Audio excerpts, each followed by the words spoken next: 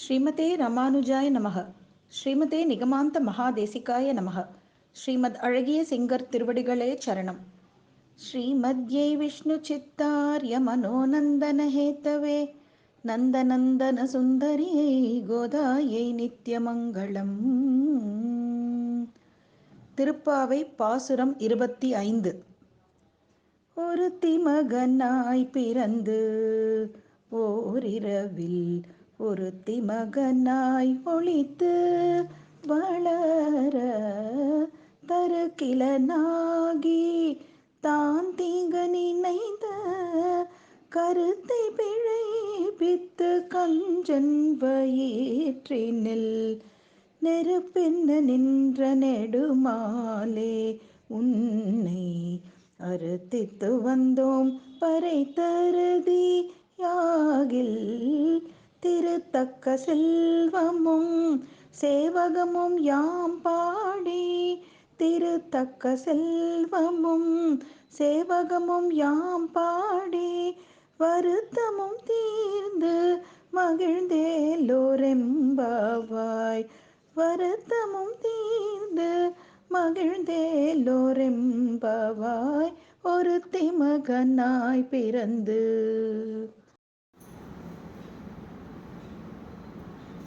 25ஆம் பாசுரம். ஒருத்தி மகனாய் பிறந்து ஓரிரவில் ஒருத்தி மகனாய் ஒளித்து வளர அப்படிங்கிற இந்த பாசுரம் நம்ம ரொம்ப விசேஷமா இன்னைக்கு அனுபவிக்க உள்ளோம். இந்த பாசுரத்துல முதல்ல இதனோட பலனை சொல்றதுதான் இந்த பாசுரத்துக்குரிய விசேஷம்.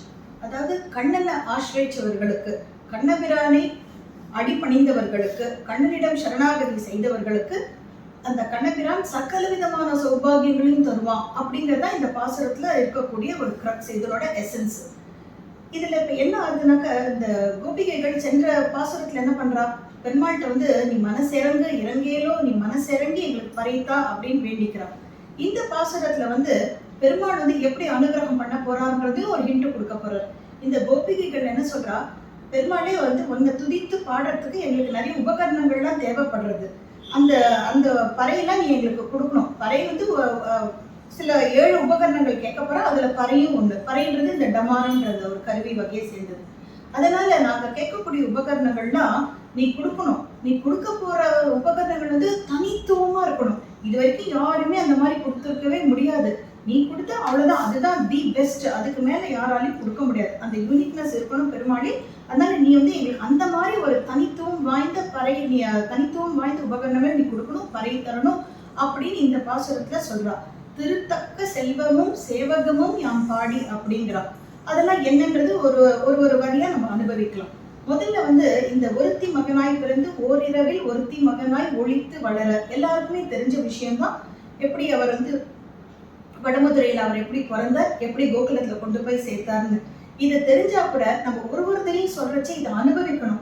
ஏன்னா அந்த ஸ்ரீமத் பாகவதம் என்ன சொல்லியிருக்கு, கண்ணன் பிறந்தான் அப்படின்னு நம்ம அனுபவிக்கணும். கண்ணன் பிறந்தான், நம்ம கோஷ்டமே பிறந்து வளர்ந்தான், தீயவர்களை அழித்தான், நல்லவர்களை காப்பாற்றுவதற்கு தான் இந்த அவதாரம் எடுத்தான் அப்படின்னு ஒருவரையும் நம்ம அதை ஸ்மரணை பண்ண பண்ண நமக்கு அந்த பிறப்பு இறப்புன்ற அந்த சங்கிலிய பெருமாள் அறுத்து எரிஞ்சிருவர். நமக்கு மீண்டும் பிறக்கணுன்ற அந்த சூழலே ஏற்படாது. அதனாலதான் அந்த கண்ணனோட அந்த ஜென்மத்தை பத்தி நம்ம எப்பவுமே நம்ம ஸ்மரணை பண்ணிட்டே இருக்கணும். ஸ்ரீமத் பாகவதம் நமக்கு எடுத்து காமிக்கிறது.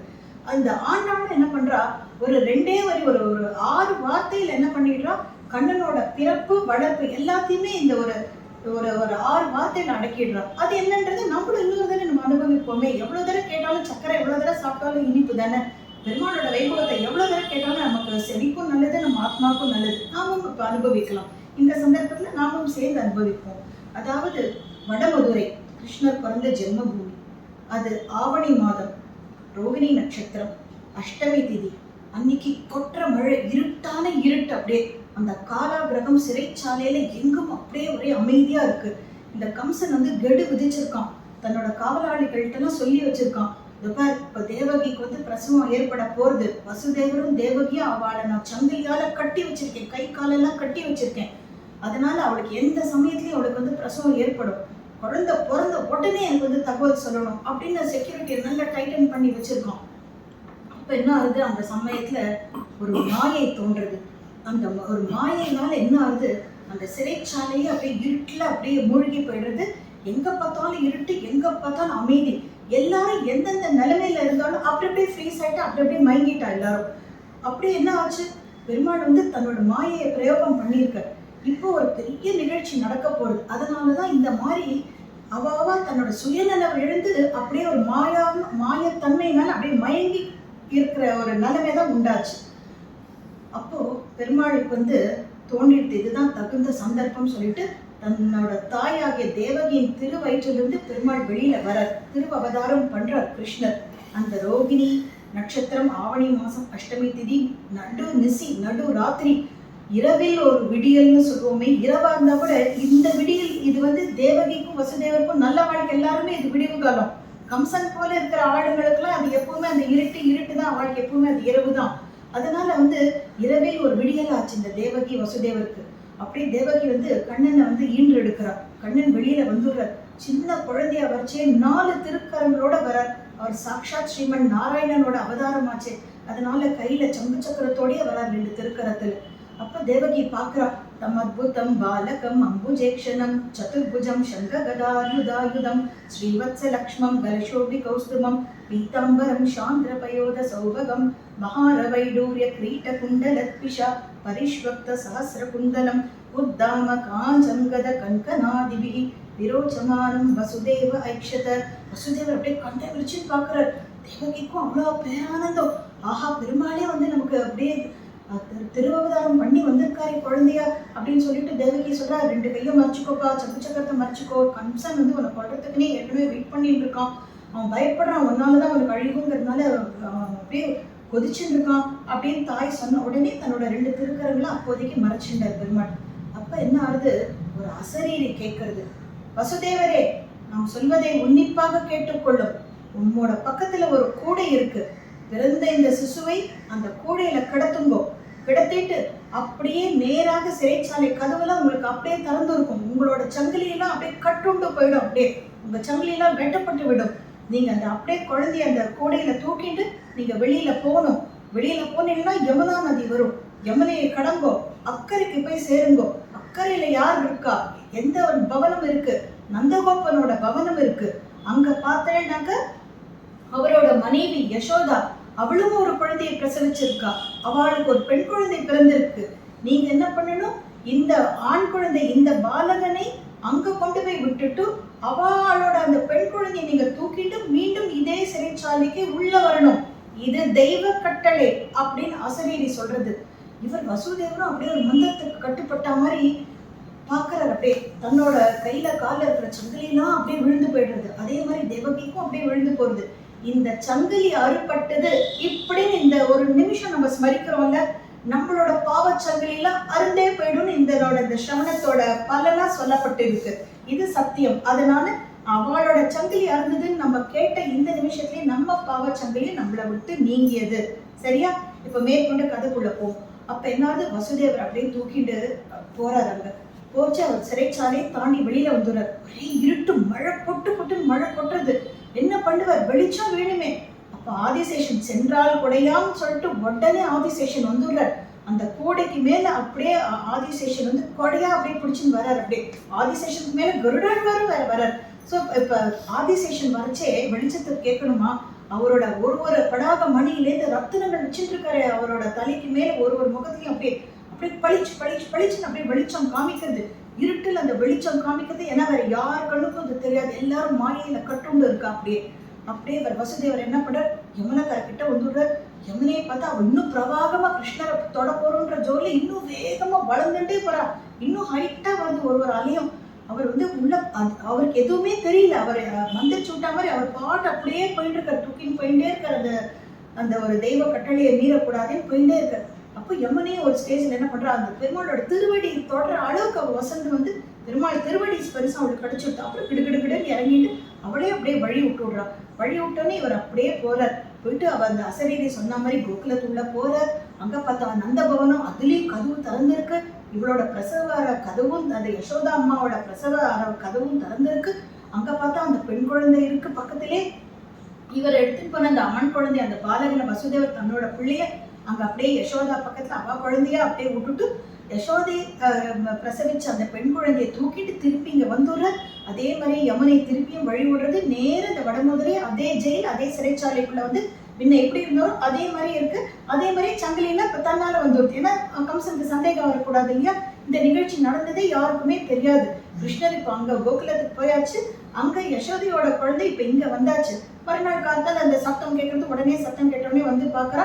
அப்ப இந்த யோகமாயா சொல்றா, என் பேர் யோகமாயா. அந்த பெண் குழந்தை சொல்றது, என் பேர் யோகமாயா, நீ என்ன கொல்றதுக்கு வந்துட்டே முட்டாளே, நீ என்ன ஒன்னால என்ன கொல்ல முடியாது, ஒன்ன கொல்லக்கூடியவன் ஏற்கனவே பூமியில அவதாரம் பண்ணியாச்சு அப்படின்னு சொல்லிட்டு அவ என்ன பண்ற, அந்த யோகமாயா அப்படியே விண்ணுல ஜிங்குன்னு அப்படியே வானத்துல அப்படியே காட்சி கொடுத்துட்டு அவ அப்படியே விந்தியாச்சல பர்வதத்துக்கு போய் விந்தியாவாசினி அம்பானா அந்த இடத்துல அருள் பாலிச்சுட்டு இருக்கா.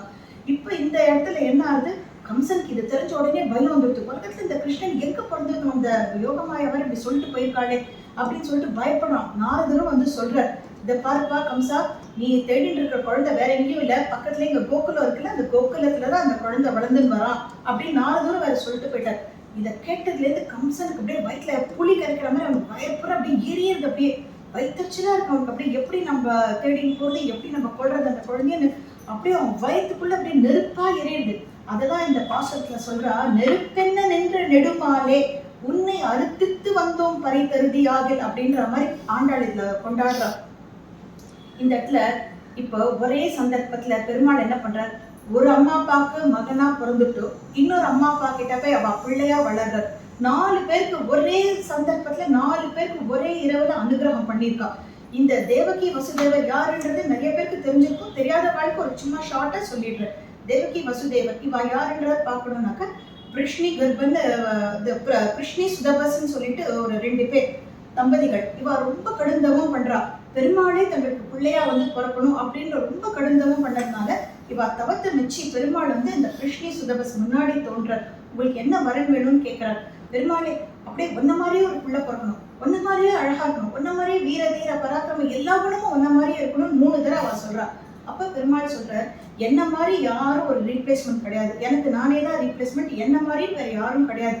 நீங்க 3 தடவை கேட்டிருந்தாலும் உங்க தவத்தோட அந்த மேன்மை கோஸ்டா நீங்க அவ்வளோ நல்லா தவம் பண்ணதுனால அந்த மனசு சந்தோஷமா இருக்கேன். 3 வாட்டி நீங்க கேட்டதுனால உங்களுக்கு 3 வாட்டி உங்களோட 3 ஜென்மத்துல உங்களுக்கு வந்து நான் பிள்ளையா பிறக்கிறேன், நானே உங்களுக்கு மகனா வந்து அவதாரம் பண்றேன் அப்படின்னு பெருமாள் வந்து அவளுக்கு வாக்கு கொடுக்குறாரு. அதெல்லாம் முதல்லயே அவ வந்து அந்த பிருஷ்ணி சுதபசா இருக்கிறதுனால முதல்லயே அவள் பிள்ளையா பிறக்கிறதுனால பிருஷ்ணி கர்ப்பன்ற பேர் அவருக்கு ஏற்படுறது. 2வதா இந்த பிருஷ்ணி சுதபஸ் தான் இவ என்ன பண்றா, இவ அடுத்த அவதாரத்துல இவ தான் அதிதி கஷ்யப்பரா இருக்கா. அதனால அதிதி கஷ்யப்பருக்கு பெருமாளே வந்து வாமனனா திருவவதாரம் பண்றார். 3வது தான் இந்த தேவகி வசுதேவரா, அவளே இந்த கிருஷ்ணியும் சுதபசும் தேவகி வசுதேவரா வரா. பெருமாள் சொன்னபடி அவளுக்கு பிள்ளையா வந்து கிருஷ்ணரா வந்து கண்ணனா வந்து அவதாரம் பண்ணார்.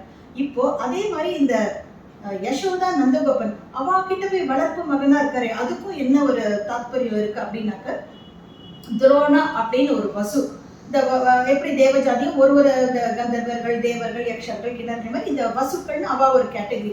இந்த வசுக்கள்ல துரோணா அப்படின்னு ஒரு வசு இருந்தார். அப்புறம் வந்து தரா அப்படின்னு சொல்லிட்டு இன்னொரு கன்னிகை ஒரு பெண்மணி இருந்தா. இவ 2 பேரும் பெருமாளை கொச்சி தவம் பண்றா. பெருமாளை வந்து இவ வளர்க்கணும், பெருமாளோட அந்த பெருமாளை வளர்த்து அந்த ஆனந்தத்தை அடையணும்னு சொல்லிட்டு இவ அந்த விஷயமா அவ ரொம்ப தவம் பண்ணிட்டு இருக்கா. அப்ப இவ தவத்தை பார்த்த பிரம்மதேவன் வந்து இவ கண் முன்னாடி வந்து சொல்ற, உங்களோட தவம் பலிக்கக்கூடிய நேரம் வந்துட்டு, நீங்க வந்து இப்ப பெருமாள் வந்து துவாபர யுகத்துல அவதாரம் எடுக்க போறார், கண்ணனா அவதாரம் பண்ண போறார். அந்த சந்தர்ப்பத்துல கோகுலத்துல நீங்களே நந்தகோபன் யசோதியா நீங்க ஜென்மம் எடுக்க போறீங்க. உங்களோட ஆசை அந்த சமயத்துல பலிக்கும். பெருமாள் வந்து உங்ககிட்டே வந்து வளர்ந்துட்டு வருவார், அவரை வளர்க்கக்கூடிய பாக்கியம் உங்களுக்கு கிடைக்கும் அப்படின்னு பிரம்மதேவர் அவளுக்கு அனுகிரகம் பண்ணிட்டு கிளம்பிடுறார்.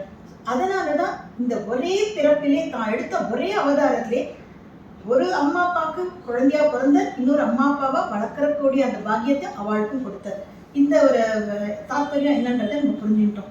அப்புறம் உன்னை அறுத்தித்து வந்தோம் பறை தருதி ஆகில் அப்படிங்கிறார். அதாவது உன்னை தொழுது நாங்க வேண்டி கேட்டுக்கிறோம் பெருமாளே, நீ எங்களோட கோரிக்கையை ஏத்துக்கோ என்றுவார். பெருமாளையே அழிக்கணும் அப்படின்னு நினைச்சான்.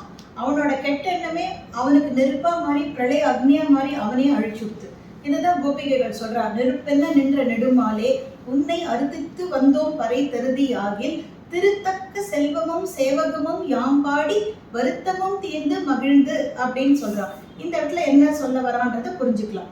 அதாவது திருத்தக்க ஒன்ன நாங்க வந்து துதித்து பாடுறோம், அறுத்தித்து வந்தோம்னாக்க உன்னை துதித்து புகழ்ந்து போற்றி போற்றி பாடுகிறோமே, எங்களுக்கு நீ பறை தரணும். நீ கொடுக்கக்கூடிய பறை வந்து தனித்துவம் வாய்ந்ததா இருக்கணும். அவ்வளோ நல்ல விசேஷமான பறையா இருக்கணும், உன் கையாலே நீ தரணும் அப்படிங்கிறா.